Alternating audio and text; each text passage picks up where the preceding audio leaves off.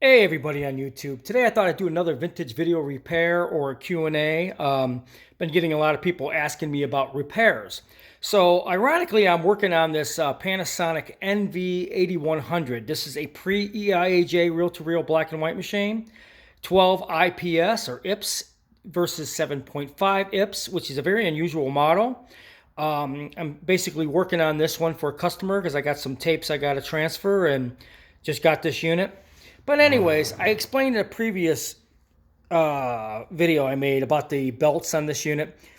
Now we're going to talk about capacitors. I was able to find all the belts that work on this, but I noticed when I was trying to play the videotape, the capacitors on this thing got some issues. Well, obviously it's a 1968 unit. Of course, capacitors need to be changed. So today I'm working on some capacitors on this. Ordered some motor run capacitors for both of these motors because those are most likely the cause of the slowing down in certain things, especially on the servo. This servo here is a motor all by itself and it's slowing down. So we're going to change the motor capacitor out as well, but also other capacitors that bridge. As you can see, you got a lot of can capacitors in here. Here's a 5 microfarad capacitor I bridged that replaced this one, which I glued it to the can. So I'd make it nice and neat because it has pigtails on it, and that's a filter cap, works beautifully. But there's other capacitors on here too. This one here, if you could see it, is going to replace one that I have back here. I don't know if you could see that one. Yeah, all the capacitors are dried out on this thing. It's from 1968. This is a real nightmare. As far as these bigger cans, these checked out okay. Couple cans on this power supply here need to be changed.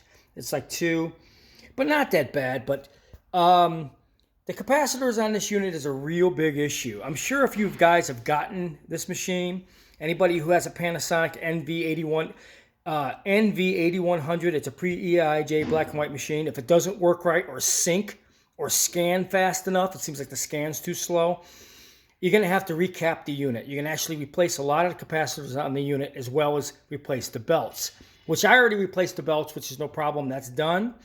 Now, I'm just getting my little order together because I'm going to have to replace some of these capacitors on here. Okay, I did one today. I had one of them in my parts bin, but there's some caps I had to order. Have another one in my parts bin I can replace.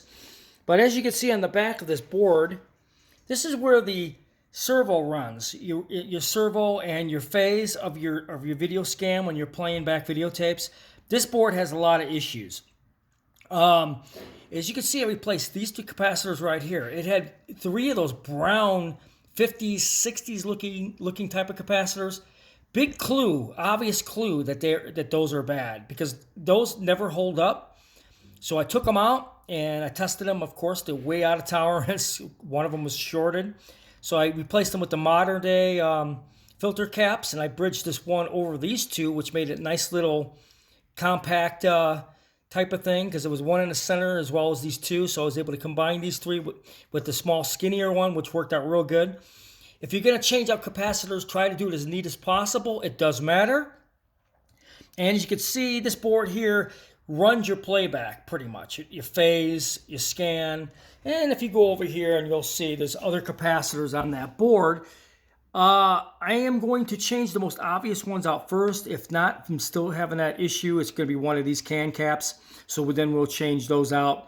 I don't want to have to do all those if I don't have to, but unfortunately I just might if they're bad. But, you know, like I said, motor run caps usually are the problem. Filter caps are the problem. And then you have caps in the back. You got the power caps up on top. In this power supply, there's a couple caps in there. These 2 caps seem to be good. You just have to jump around and check them.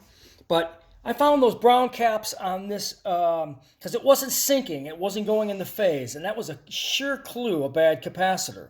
Sure enough, we had these brown caps that looked like they were from the 1950s out of a television. I'm like, guarantee you those are garbage. So I changed them out with modern ones. Hopefully that's going to help correct the problem. And a few little things, but I mean, I got some parts on order. But if you got a Panasonic reel-to-reel Eiaj Nv-8100, and if it's not playing right, not scanning the tape right, and you're not getting the right speeds, or, you know, even if you do find the belts for it, you need to also change capacitors on this unit. It does have a lot of issues. So I hope you guys enjoyed this video.